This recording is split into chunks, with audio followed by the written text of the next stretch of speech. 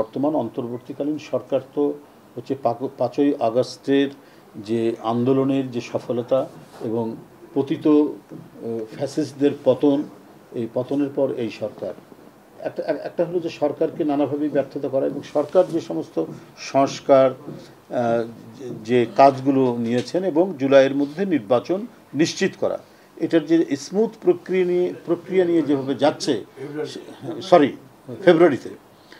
ফেব্রুয়ারিতে যে করা যে নির্বাচনের ঘোষণা প্রধান উপদেষ্টা দিয়েছেন, সেই সাথে আরও সরকারের যে দৃঢ় আমরা ঘোষণা দেখতে পাচ্ছি ফেব্রুয়ারিতে নির্বাচনের ব্যাপারে, তো সেগুলোকে নানাভাবে বাধাগ্রস্ত করা, সেটা বানচাল করারও পরিকল্পনা থাকতে পারে বলে আমার মনে হয়। কারণ এই যে মানে প্রায় ঘটছে, প্রায় একদিন দুই দিন পরেই ঘটছে, তো এই ঘটনাটাই শঙ্কিত করে তুলছে গোটা জাতিকে। তো এই কারণেই আপনারা জানেন যে একটি রাষ্ট্র, পার্শ্ববর্তী একটি রাষ্ট্র, যদিও তারা বলছেন যে সরকারি আসুক তার সাথে কথা বলবে, কিন্তু বাংলাদেশে একটি স্থিতিশীল সরকার আসুক, তারা তাদের কর্মকাণ্ডের মধ্যে দিয়ে কখনোই এটা প্রমাণ করেননি।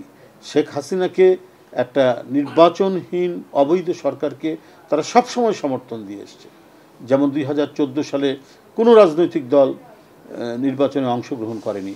এরশাদকে নির্বাচনে নেওয়ার জন্য ভারতের কূটনীতিক এসে তাকে কনভিন্স করছে। এটা বিরল ঘটনা। এটা সরাসরি আমাদের সার্বভৌমত্বের উপর হস্তক্ষেপ, একেবারে সার্বভৌমত্বের উপর হস্তক্ষেপ।